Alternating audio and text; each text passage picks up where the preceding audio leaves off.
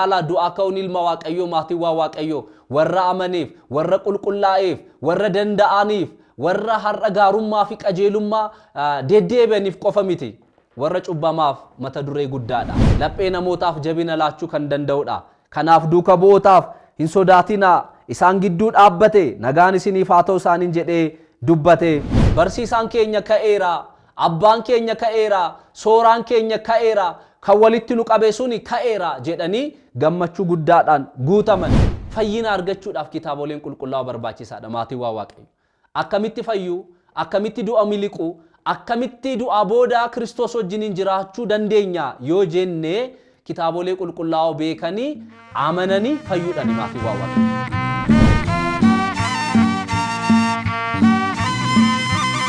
Kiristoos du'aa ka'ee humnaaf aangoo isaatiin seexanni hidhameera Addaamiin bilisa baheera kanaa booda nagaaf jaalalli gammachuunis ta'eera maqaa abbaa kan ilmaa kan hafuura qulqulluu waaqa tokkoo ameen jaalatamtootaa fi kabajamtoota maatiiwwan ortodoksii tawaahidoo ijoolleen dubroo maariyaam ijoolleen qulqullootaa hundi keessan maqaa gooftaa keenya fayyisaa keenya Yesuus Kiristoosiin lafa jirtanitti nagaa waaqayyoo isiniif haa baay'atu akkam jirtu jaalalli waaqayyoo hunda keessaniif haa baay'atu egaa akka fedhaa fi jaalala waaqayyoo guyyaa har'aa waa'ee ayyaana guyyaa har'aa sanbataa du'aa ka'uu gooftaa keenya fayyisaa keenya Yesuus Kiristoos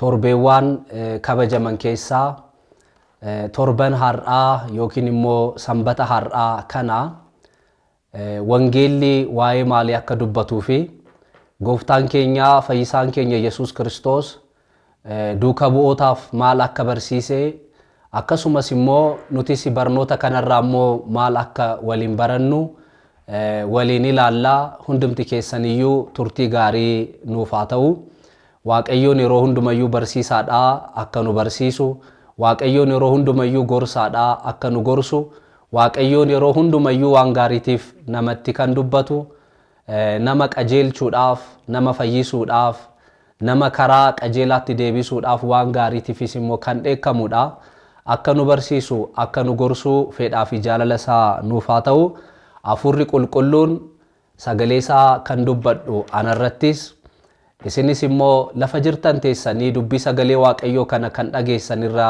haa bulu mata dureen barnoota keenya guyyaa har'aa kan ta'u wangeela Luqaas boqonnaa 24 lakkoofsa 45 gubbaarratti sagalee barreeffamee argamuun waliin barannaa sammuu isaanii ibseef mata duree jedhuun waliin barannaa egaa akkuma beekamu torbeewwan darban waa'ee du'aa ka'uu ilma waaqayyoo gooftaa keenya fayyisaa keenya Yesuus Kiristoos waliin barachaa turreerra torbeen amma nuti argamnu ji'oonni yookiin immoo guyyaan 50 kuni du'aa ka'uu ilma waaqayyoo yaadachuudhaan gammachuu ilma waaqayyoo irraa arganneen fannoo isaatiin aarsaa isaatiin fannifamuu fi du'uu isaatiin ilmi waaqayyoo lafa kanarratti du'a mo'ee yeroo ka'u humni seexanaa hidhamee Addaamiin bilisa ba'ee dhalli namaa immoo gammachuu guddaa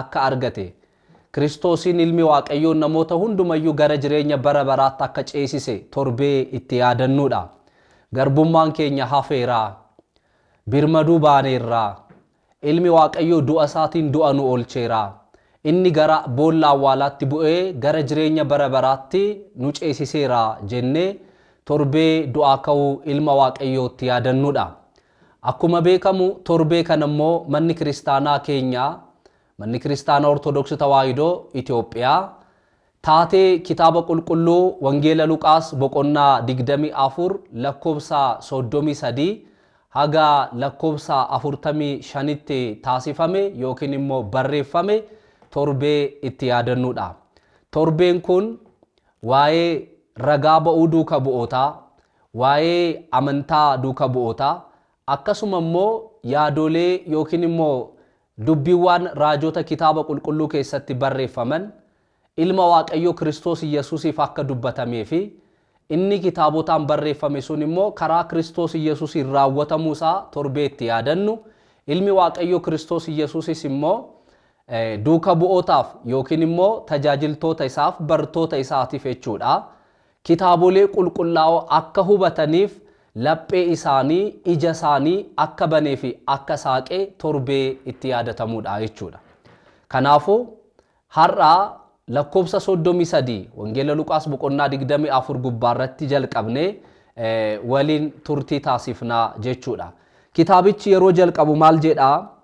Duuka bu'oonni lama maqaa isaaniitiin Luqaas fi Qalayophaa kan jedhaman torbee darbee akkuma yaadattan Yerusaalem irraa gara Emaahusitti yeroo imalan argineerra. Kiristoos du'eera, boolla awwaalaa bu'eera. Kana booda abdii maal qabna?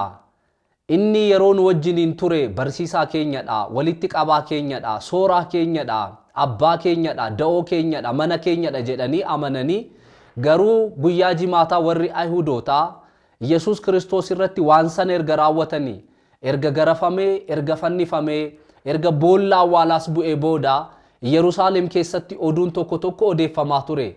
In ka'u, du'aa ol ta'uu hin danda'u, boolla awwaalaa keessaa hin ba'u, tarii immoo ka'eera jedhamees yoo dubbatame duuka bu'oonni foonsaa hatanii sobanii oduu kana odeessuu danda'u kan jedhamu maallaqa warra Ayihudootaarraan kan ka'e maallaqa warra Roomaanotaarraan kan ka'e kalaqa oduu sobaa warri magaalaa keessa jiran odeessanirraan kan ka'e namoonni kun abdii kutanii mana keenyatti deebinaa, manni keenya isa ture, gara jireenya keenyatti deebinaa, jireenyi keenya isa ture, gara waan duriitti deebi'uudhaaf Yerusaalemii ba'anii gara Emaahus akka deeman, Emaahus karaa gubbaarratti Kiristoosin akka argan, innis immoo nyaata isaanii erga eebbisee kitaabolee qulqullaa'oo erga isaanitti himee booda namoonni kun yookiin immoo jarroonni lamaan kun du'aa ka'uu ilma waaqayyoo ija isaaniitiin arganii waan kitaabolee qulqullaa'oo keessattis barreeffame sana hundumayyuu hubatanii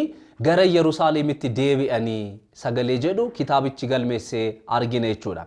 Egaa dhugaa tokko baraniiru, yaada isa barabaraa tokko beekaniiru, jireenya kan ta'e jiraataa kan ta'e laphee namaa bituu laphee namaa boojuu kan danda'u yaada dhugaa tokko hubataniiru waan ta'eef gara Yerusaalemitti gara duuka bu'oota Yerusaalemitti hafanitti makamuudhaaf isaanifis immoo dubbachuudhaaf ragaa ba'uudhaaf egaa kiristaanota namni erga dhugaa hubatee booda namni erga dhugaa baree booda garaa isaatti qabatee taa'uu hin danda'u jechuudha.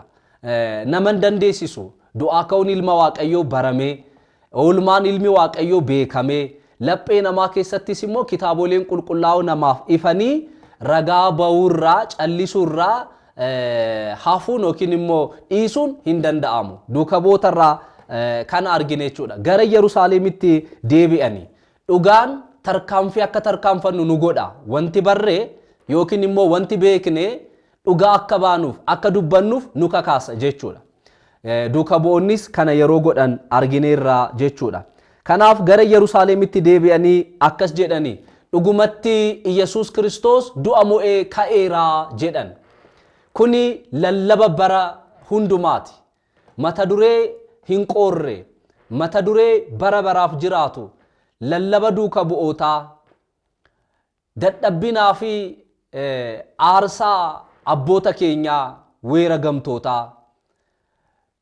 Daaqonoonni mana waaqayyoo keessatti labsii yeroo hundumaa labsan ilmi waaqayyoo du'aa ka'eera, du'a mo'ee ba'eera, dhugumatti Yesuus Kiristoos ka'eera. Kun dhugaa isa jiraataadha maatiiwwan waaqayyoo. Addunyaan marti beekuu kan qabu, addunyaan marti lallabuu kan qabu, amantaa namaa kan jabeessu, amantaa namaaf humna kan ta'u du'aa ka'uu ilma waaqayyooti. Phaawulosiin tokkoffaa Qorontos boqonnaa 15 lakkoofsa 20 gubbaarraa jalqabee yeroo nu barsiisu maal jedhaa?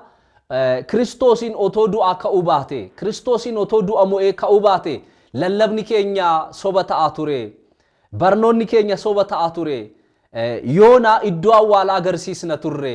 Amma garuu du'aa ka'uu Kiristoos irraan kan ka'e lallabni keenya kun dhugaadha, dubbiin keenya kun dhugaadha, boolli awwaalaa duwwaadha jedhee lallabeera. har'as duuka bu'oonni kana jechaa jiru. Iyyesuus du'a mo'ee ka'eera. Ijoollee Waaqayyoo kana amannu ka'eera. Inni du'aa duukaa deemu du'aadha. Warri du'aatti amanan isaanis immoo deebi'anii warra du'anidha. Isa jireenya ta'e garuu kan amanu, isa jireenya qabu kan duukaa deemu, isa jireenya qabu kan fudhate garuu inni jiraataadha. Kiristoos du'a mo'ee ka'eera, nuunis nu moosisa maatiiwwan Waaqayyo. Nutis immoo du'aa kaanee isa wajjiniin ni jiraanna. Inni angafadha, inni dura ka'eera. Kanaaf nutis immoo isa duukaa ni kaana jechuudha. Kanaafidha amantaa keenya jabeessuudhaaf lallaba isa jiraataa, mata duree isa jiraataa Kiristoos wajjin wal qabatu sana lallabuudhaaf duuka bu'oonni Yesuus Kiristoos du'a mo'ee ka'eera jedhaniiru. Kanaaf amantaan keenya du'aa ka'uu Kiristoos irraan kan ka'e dhugaa fi yaada jiraataadha jechuudha. Kanas immoo akkas jedhanii dubbatan. Phexrosifis mul'ateera. Phexrosiif mul'ateera. Kana jechuun maal jechuudha? Wangeela Luqaas boqonnaa 24 gubbaarratti maal argina? Ergamoonni Waaqayyoo yeroo dubartootatti dubbatan akkas jedhanii, ka'eera dhaqaatii duuka bu'ootaaf Phexrosifis yookiin Simooniif dubbadhaa himaa jedhanii gaafa dubbatan argine jechuudha. Egaa kiristaanota hubattu yaadattu taanaan Yesuus Kiristoos fannifamuu isaatiin dura Phexros yeroo 3 Kiristoosin ganeera. Kiristoosin hin beeku jedheera. Sana booddee Kiristoos fi Phexros waliin argine. Laphee duuka bu'ootaa keessatti, laphee warra Yesuus amanan keessatti nama Phexros jedhamu duuka bu'aa kanaatiin akka nama ganee irraanfatame akkamitti du'aa ka'uu kana dhaga'uu danda'a? Inni yaada Waaqayyoo keessaa murameera. Kana booda waa'een Kiristoos isa hin gashu jedhanii akka kophaatti hin dhiisneef karaa ergamootaatiin jechuudha. Du'aa ka'uun kuni warra amananii cimaniif, yeroodhaaf warra gargar bittinna'aniif qofa otoo hin taane Phexrosiifis hin ta'a. Isa cubbamaa sanaaf, isa gooftaa gane sanaafis du'aa ka'uun lallaba guddaadha. Amanuudhaaf, gara Waaqayyootti deebi'uudhaaf, qalbii jijjiirrannaadhaaf mata duree cimaadha. Phexrosiif himaa jedhee ergamaa Waaqayyoo itti dubbateera jechuudha. Akkasuma ammas immoo duuka bu'oonni kun maal jechaa jiru? Isa shakkeef, isa gooftaa harkaa nyaatee hin beeku jedheef Phexrosiif ilmi Waaqayyoo Kiristoos Yesuus mul'ateera jedha. Galanni ulfinni gooftaa keenya fayyisaa keenya Yesuus Kiristoosiif haa ta'u. Ilaala du'aa ka'uun ilma Waaqayyoo maatiiwwan Waaqayyoo warra amaniif, warra qulqullaa'eef, warra danda'aniif, warra har'a gaarummaa fi qajeelummaa deddeebi'aniif qofa miti. Warra cubbamaaf mata duree guddaadha. Warra balleesseef maatiiwwan Waaqayyoo waamicha guddaadha. Ilmi Waaqayyoo harka isaa waraanname du'aa keessaa ka'een jechuudha. Ijoollee koo gara kootti koottaa, gara kootti naa deebi'aa. Kunoo du'a mo'ee ka'eera, isinis immoo du'a keessaa ni baatu jedhee waamicha dhala namaaf ni dhiyeessaa jechuudha. Kanaaf yeroo sana duuka bu'oonni walitti qabamanii yaada tokkoon laphee tokkoon ta'anii isaan arge jedha. Egaa amala duuka bu'ootaa keessaa inni tokko tokkummaadhaan jiraachuu isaaniiti. Kiristaanummaa keessatti maatiiwwan Waaqayyoo duuka bu'aa jechuun maal jechuudha? Yookiin immoo duuka bu'oota jechuun maal jechuudha yoo jenne, warri Kiristoos Yesuusitti amanan laphee tokko ta'uu qabu jechuudha. Yaada tokko ta'uu qabu. Amala duuka bu'ootaa keessaa inni tokko immoo laphee tokkoon taa'uu isaanii. Egaa hojiin duuka bu'ootaa yookiin hojiin ergamootaa maal nutti himaa? Laphee tokkoon ta'anii, yaada tokkoon ta'anii ni kadhatu ture. Walitti qabamanii sagalee jedhu hojii ergamootaa boqonnaa 1, boqonnaa 2, boqonnaa 4 fi boqonnaa 5 gubbaarratti jecha laphee tokkoon jedhu ni argina turre jechuudha. Kanaaf bakka duuka bu'oonni walitti qabamanitti laphee tokkoon ta'anitti waa'ee du'aa ka'uu ilma Waaqayyoo haasa'a. Waa'ee Kiristoos dubbachaa osoo jiranuu akkuma kara deemtoota yookiin immoo imaltoota Emaahus sana gidduutti ilmi Waaqayyoo waa'ee isaa yeroo dubbatan akkuma argame, ammas waa'ee isaa yaadaa, waa'ee isaa dubbachaa waan turaniif maqaan isaa waamamee, waa'een isaa dubbatamee nu gidduutti kan argamu ilmi Waaqayyoo isaan gidduutti argame. Karra naasaaqaa osoo hin jedhin, balbala banaa osoo hin jedhin, karri cufamee osoo jiru, balballi cufamee osoo jiru jedhee qulqullichi Yohaannis wangeela isaa boqonnaa 20 lakkoofsa 19 gubbaarratti karri cufamee osoo jiru Iyyesuus seene akkuma jedhame sana Kiristoos Yesuus isaan gidduutti argame. Ijoollee Waaqayyoo Yesuusin nu gidduutti haa argamu. Wanti hundumtu yeroo cufametti ni gidduutti argamu.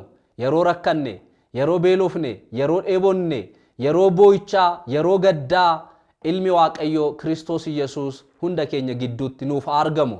Isaan gidduutti argamee jedha. Akkuma kitaabaan wangeelaa Maatiyos boqonnaa 18 lakkoofsa 20 gubbaarratti barreeffame. Maqaa kootiin nama lamas sadis taatanii yoo walitti qabamtan anu isin gidduuttan argama kan jedhe ilmi Waaqayyoo Kiristoos Yesuus isaan gidduutti argame. Har'as kadhannaa keenyaan Waaqayyoon nu gidduutti ni argama. Qiddaasee keenyaan har'a Waaqayyoon nu gidduutti ni argama. Tajaajila keenyaan har'a Waaqayyoon nu gidduutti ni argama. Maatiiwwan Waaqayyo isaan gidduutti argame jedha. Kana booda akkas jedhe nagaan isiniif haa ta'u jedhe. Nagaa nama tasgabbeessu, nagaa namaaf boqonnaa laatu, nagaa jireenya baraa, jireenya namootaa hundumaa guutu, bara keenya hundumaa kan nu tasgabbeessuu danda'u nagaa isaa isaaniif laate. Nagaan isiniif haa ta'u. Har'a hunduma keenyaaf Waaqayyoon nagaa nuuf haa laatu. Biyya keenyaaf Waaqayyoon nagaa nuuf haa laatu. Mana keenyaaf Waaqayyoon nagaa nuuf haa laatu. Ijoollee Waaqayyoo har'a addunyaan nagaa kana dhabee rakkachaa jira. Iddoo adda addaatti sagalee waraanaan dhageenya. Iddoo adda addaatti lola adda addaa ni dhageenya. Balleessaan hedduudha. Dhiigni hedduun ni dhangala'a. Lubbuun namoota hedduu ni darba. Lafeen namoota akkasumatti calliseetu rufa keessatti caccabaa hafaa jira. Bara kana dhagaan baay'eedha kan darbatamu. Bara kana dhagaan darbatamu baay'eedha. Bara kana albeen qaramu baay'eedha. Bara kana rasaasni meeshaan baatamee fiigamu maatiiwwan Waaqayyoo baay'eedha. Waaqayyoon lafa keenyaaf, Waaqayyoon biyya keenyaaf, Waaqayyoon addunyaa kanaaf nagaasaa isa bara baraaf nama boqochiisu nuuf haa laatu. Nagaan baay'ee barbaachisaadha. Duuka bu'oonni sodaatanii, duuka bu'oonni maminsa keessa ta'anii osoo jiranuu sagalee kana dhagahani.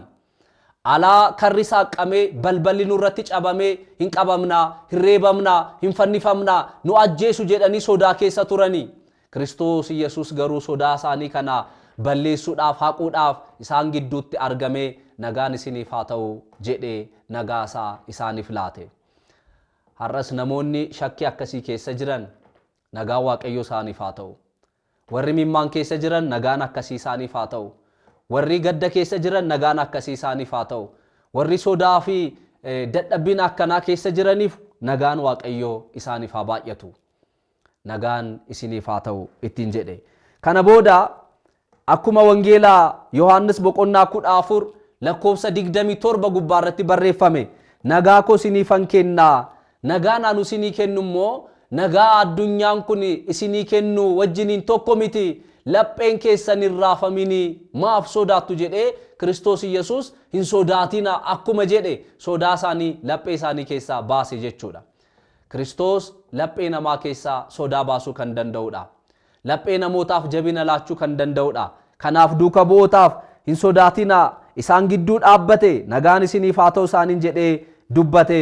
Isaan garuu waan hafuura wayii akka arganitti sodaatanii akka malees kirkiruu jalqabanii Yesuus Kiristoos garuu maaliif rifattu ittiin jedhe. Maaf rifattu? Hin rifatinaa. Koottaa anadhaa laalaa. Kunoo harki koo waraanname miilla koos immoo laalaa. Na tuttuqaa na qaqqabaati laalaa jedhee isaan jabeesse jechuudha. Sana booda harka isaa waraanname isaanitti agarsiise. Miilla isaa waraanname itti agarsiise. Maatiiwwan Waaqayyoo Kiristoosiin yeroo deebi'ee dhufu gara addunyaa kanaatti mallattoon addunyaa kanaaf agarsiisu harka isaa waraannamaadha. Barruu isaa waraannamaa kana warri waraanan ni argu jedhamee barreeffameera. Harka kanaan Kiristoosin beekuun baay'ee barbaachisaadha. Harka waraannameen, harka qaraaniyoo gubbaarratti waraannameen ijoollee Waaqayyoo oolmaa guyyaa qaraaniyoo, oolmaa guyyaa jimaataa Kiristoosin fannoo gubbaatti taasise waraantuu sanaan harka waraanname sanaan beekuun baay'ee barbaachisaadha. Ijoollee isaa warra fayyan akkuma raajii Isaayyaasiin dubbatame barruu harka isaa gidduu nu dabarfateera. Gara jireenyaatti, gara mootummaa isaa isa bara baraatti karaa harka kanaan ceeneera. Harka nama eebbisu, harka nama sooru, harka nama baatu, harka nama danda'u, harka nama cubbuu keessaa baasu, harka qilee gadi fagoo si'ool keessaa harkisee nama baasu, harka kana isaaniif diriirsee harka kana isaanitti agarsiisee jedha. Kana boodaan gammadanii inni du'a mo'ee ka'eera, barsiisaan keenya ka'eera, abbaan keenya ka'eera, sooraan keenya ka'eera, kan walitti nu qabe suni ka'eera jedhanii gammachuu guddaadhaan guutaman. Gammachuun isaanii garuu laphee isaanii amanuudhaaf xiqqoo isaan duubatti akka harkise immoo kitaabni ni dubbata jechuudha. Kana booda akkuma kitaabichi dubbatu maal jedha? Yesuusin isaan gidduudha waan nyaatamu qabduuttiin jedhe, isaanis immoo qurxummii xiqqoo waaddamaa fi dammasaaf laatanii innis isaan fuulduratti nyaate jedha. Egaa Yesuus du'aa booda qaama jiruun nyaateera gaafa jedhamu maal jechuudha kan jedhu laaluun barbaachisaadha.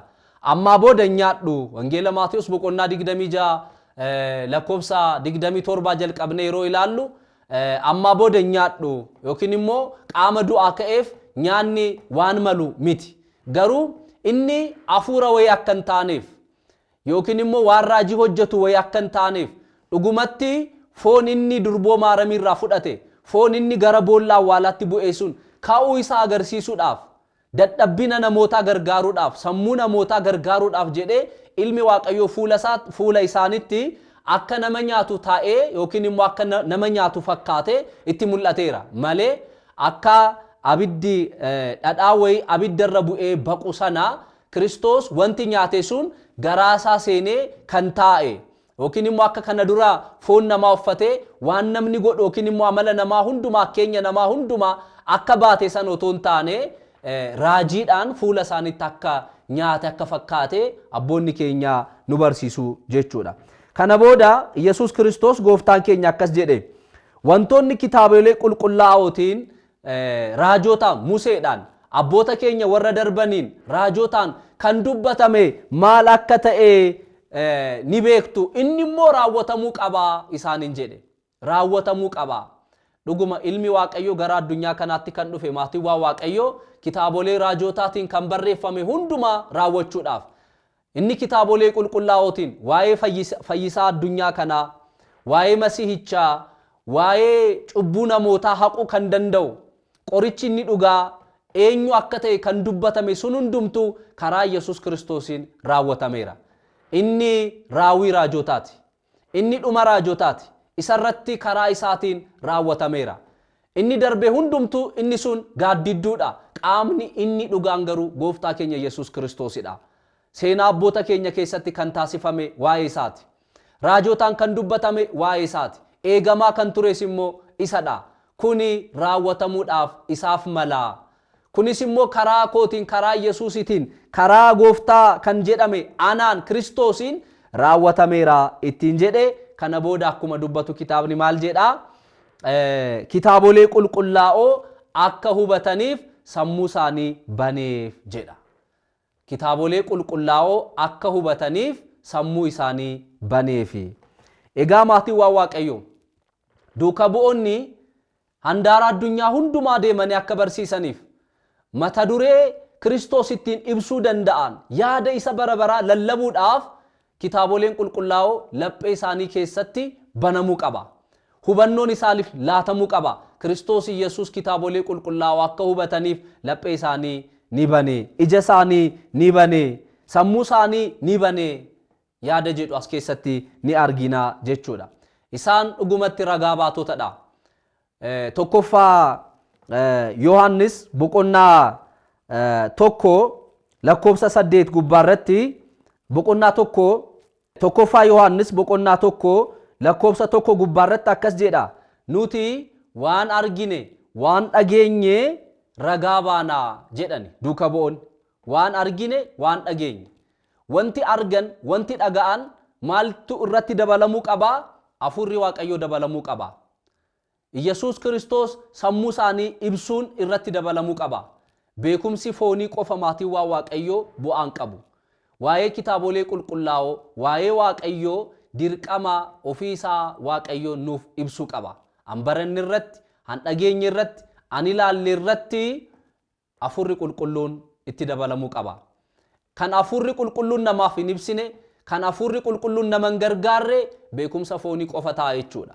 Anfoon nama mul'ise kan foon nama ibse qofa ta'a jechuudha. Kanaaf duuka bu'ootaaf abbaan sagalichaa gooftaan keenya fayyisaan keenya Yesuus Kiristoos kitaabolee qulqullaa'oo akka hubataniif isaaniif sammuu isaanii ibseef jedha. Egaa duuka bu'oonni sammuu akkamii qabu? Sammuu kitaabolee qulqullaa'oo irratti ife qabu. An dubbatan dhugaadha. Arragaa bahan dhugaadha. Kan isaan barsiisan, kan isaan lallaban kitaaboleen qulqullaa'oo kitaaba keessatti barreeffaman, kitaabni qulqulluun sagalee Waaqayyooti jechuudha. Egaa maaltu isaaniif ife?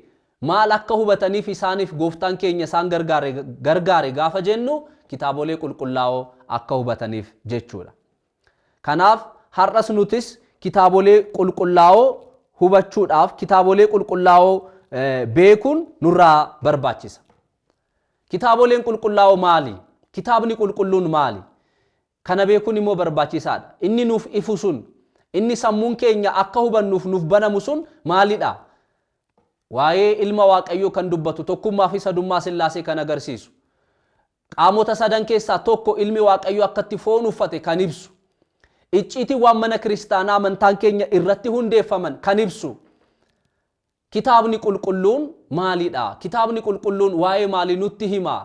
Kan jedhu sana nuti sirriitti gadi fageenyaan beekuun nurraa eegama. Jalqabaa kitaaboleen qulqullaa'oo faayidaa guddaa qabu maatiiwwan Waaqayyoo. Namni kitaaba qulqulluu beekuu qaba. Namni kitaabolee qulqullaa'oo wajjiniin walitti dhufeenya gochuu, qo'achuu, qayyabachuu, barachuu, Waaqayyoonis immoo kana akka isaaf ibsuu kadhannaadhaan fuula Waaqayyoo dhaabbachuu qaba. Egaa duuka bu'oonni du'aa ka'uu ilma Waaqayyoo amanuudhaaf kitaaboleen qulqullaa'oo akka yaadatamaniif, akka hubataniif sammuun isaanii banameera. Yeroo sammuun isaaniif banamu waan kitaabolee qulqullaa'oo keessatti barreeffame sana hundumaa yeroo hubatan waan dhagaanii fi waan argan wajjin wal bira qabanii gaafa ilaalan ragaa baatota isaa ta'aniiru jechuudha. Kanaaf har'as nuti waa'ee jireenya isa bara baraa beekuudhaaf kitaabolee qulqullaa'oo hubachuun, kitaaboleen qulqullaa'oos immoo akka nuuf baraman, akka sammuu keenya laphee keenya keessa ta'aniif Waaqayyoodhaan kadhannaadhaan gaafachuun nurraa eegama jechuudha. Kanaaf bu'aan kitaabolee qulqullaa'oo maali kan jedhu xiqqoodhuma jechuudhaaf tokkoffaa kitaaboleen qulqullaa'oo jiraachuu Waaqayyoo kan ittiin barruudha. Har'a addunyaan kun Waaqayyoon hin jiru, there is no God jechaa lallabaa jira.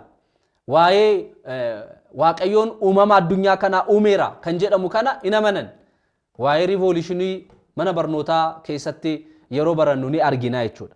Kanaaf jiraachuu Waaqayyoo beekuudhaaf, jiraachuu Waaqayyoo baruudhaaf kitaaboleen qulqullaa'oo barbaachisaadha. Inni kan biroon kitaaboleen qulqullaa'oo qajeelfama jireenya keenyaati. Guyyaa guyyaadhaan ba'uudhaaf, galuudhaaf, taa'uudhaaf, ka'uudhaaf jireenya keenya keessatti jechuudha. Amala keenya kalaquudhaaf, sheep gochuudhaaf kitaaboleen qulqullaa'oo nu barbaachisu. Akkamittan dubbachuu qabaa? Akkamittan jiraachuu qabaa? Anu maalan fakkaachuu qabaa? Jireenyi koo haala akkamiitiin ta'uu qabaa? Akkamitti jiraattamaa? Maaliin jiraattamaa? Namni akkamitti yaaduu qabaa? Kan jedhu kitaaboleen qulqullaa'oo qajeelfama ta'anii nama barsiisu jechuudha. Kanaaf kitaabni qulqulluun jireenya namaa keessatti nama barbaachisa. Kitaabni qulqulluun nama gorsa. Kitaabni qulqulluun waan gaariitiifis immoo namatti dheekkama. Kitaabni qulqulluun nama gammachiisa. Kitaabni qulqulluun isa gaddee tasgabbeessa. Kitaabni qulqulluun isa kufe hin kaasa. Yaadichi barreeffamichi sagalee Waaqayyoo waan ta'eef jechuudha. Inni kan biroon sagalee Waaqayyooti gaafa jennu immoo kitaabni qulqulluun ifa ta'ee sagalee Waaqayyoo. Sagalee Waaqayyoo jireenya ta'ee, sagalee Waaqayyoo nyaata ta'ee, sagalee Waaqayyoo jiraataa bara baraa ta'ee, sagalee Waaqayyoo immoo qulqulluu ta'ee nu keessatti ni hojjeta. Ifadhaa nu ibsa jireenya keenya. Inni qulqulluudha nu qulqulleessa. Inni nyaatadha nu qubsa. Sagalee Waaqayyoo. Sagalee Waaqayyoo jiraataadha, jiraattota nu taasisa jechuudha. Kana beekuunis baay'ee barbaachisaadha. Inni kan biraa mootummaa Waaqayyoo dhaaluudhaaf, fayyuudhaaf, du'aa miliquudhaaf, du'aa ka'aa ta'uudhaaf, nama qophaa'aa Waaqayyoon yeroo deebi'ee dhufu nama eegu ta'uudhaaf, fayyina argachuudhaaf kitaaboleen qulqullaa'oo barbaachisaadha maatiiwwan Waaqayyoo. Akkamitti fayyuu, akkamitti du'a miliquu, akkamitti du'aa booda Kiristoos wajjiniin jiraachuu dandeenya yoo jenne kitaabolee qulqullaa'oo beekanii amananii fayyuudhaani maatiiwwan Waaqayyoo. Isa raajonni dubbatan, isa duuka bu'oonni cimsan du'a ilma waaqayyo bu'uu isaa dhalachuu isaa fannifamuu isaa du'a mo'ee ka'uu isaa deebi'ee dhufuu isaa amanuu irratti hunda amantaan kun immoo kitaabolee qulqullaa'ootiin kan himamee fi ragaa kan ba'amedha jechuudha. Kanaaf nuti sarraa kitaabolee qulqullaa'oo kana hubachuudhaaf waaqayyoon gaafachuu fuula waaqayyootti kadhannaadhaan dhaabbachuu barachuu manneen barnootaa dilbataa keessatti galgala mana waaqayyoo deemanii barachuudhaan guyyaa sanbataa deemanii barachuudhaan viidiyoowwan adda addaa tamsaasa adda addaa sagantaawwan adda addaa lallaba qaban dubbii sagalee waaqayyoo qaban hordofuudhaan barachuun nurraa eegama. Barri kun immoo kitaabolee qulqullaa'oo hubachuudhaaf barsiisonni adda addaa miidiyaan adda addaa kunoo miidiyaan akkanaa mana kiristaanaa keenya keessa ni jiru isaan bananii ilaaluudhaan ta'anii barreeffachuudhaan qayyabachuudhaan kitaabolee qulqullaa'oo wajjin wal simsiisuudhaan beekumsa ofii godhachuu erga beekanii booda immoo ittiin jiraachuun nu barbaachisa. Egaa walumaa galatti kitaabni qulqulluun maaliif barreeffame yookiin immoo ilmi waaqayyoo Kiristoosin duuka bu'ootaaf maal ibsee gaafa jennu akkas jedha wangeelli Yohaannis boqonnaan 20 lakkoofsa 31 gubbaarratti akkas jedha jireenya bara baraa akka dhaalaniif Yesuus Kiristoos inni ilma waaqayyoo akka ta'e akka amantanis maqaa isaatiin jireenya akka argattaniif kun barreeffameera. Maqaa isaatiin amantanii jireenya akka argattaniif kun barreeffameera. Kan barreeffame sun duuka bu'ootaaf kan ife sanadha jechuudha. Kanaaf kan duuka bu'ootaaf ilmi waaqayyoo Kiristoos Yesuus ibse sun har'as immoo nuuf haa ifu. Nutis kitaabolee qulqullaa'oo akka hubannu waaqayyoon laphee keenya nuuf haa banu, sammuu keenya nuuf haa banu. Kitaabolee qulqullaa'oo mana waaqayyoo barree waaqayyoon beekne, du'aa ka'uu ilma waaqayyoo amannee, fannifamuu isaa amannee, gara addunyaa kanaatti dhufuu isaa amannee jireenya bara baraa akka argannuuf dhaaltuu mootummaa isaa akka taanuuf waaqayyoon hunda keenya nu haa gargaaru. Kanaaf kuni sagalee jireenyaati. Wangeela Yohaannis boqonnaa 16 lakkoofsa 13 gubbaarratti akkuma barreeffame inni hafuura dhugaadha. Gara hafuura dhugaattis immoo sin gaggeessa akkuma jedhame sagaleen kun gara jireenya bara baraa gara dhugaa bara baraatti kan nama geessu waan ta'eef torbee har'aa kana duuka bu'oonni ilmi waaqayyoo du'a mo'ee ka'uu isaa kitaabolee qulqullaa'oo bu'uura godhatanii waaqayyoon laphee isaanii sammuu isaanii banee akka hubatan torbeetti yaadannuudha. Nuufis waaqayyoon laphee keenya nuuf haa banu sammuu keenya nuuf haa banu waan yaraa waan hamaa waan nama hin fayyadne sammuu keenya keessaa baasee isa jireenya bara baraa namaa laatu isa mootummaa isaatti nama gashu isa nama qulqulleessu isa nama fayyisu isa nama du'a oolchu laphee keenya keessatti sammuu keenya keessatti waaqayyoon sagalee isaa nuuf haa barreessu icciitii isaa nuuf haa ibsu abbaaf ilmaaf hafuura qulqulluuf galanni haa ta'u har'aa kaasee hanga bara baraatti ameen.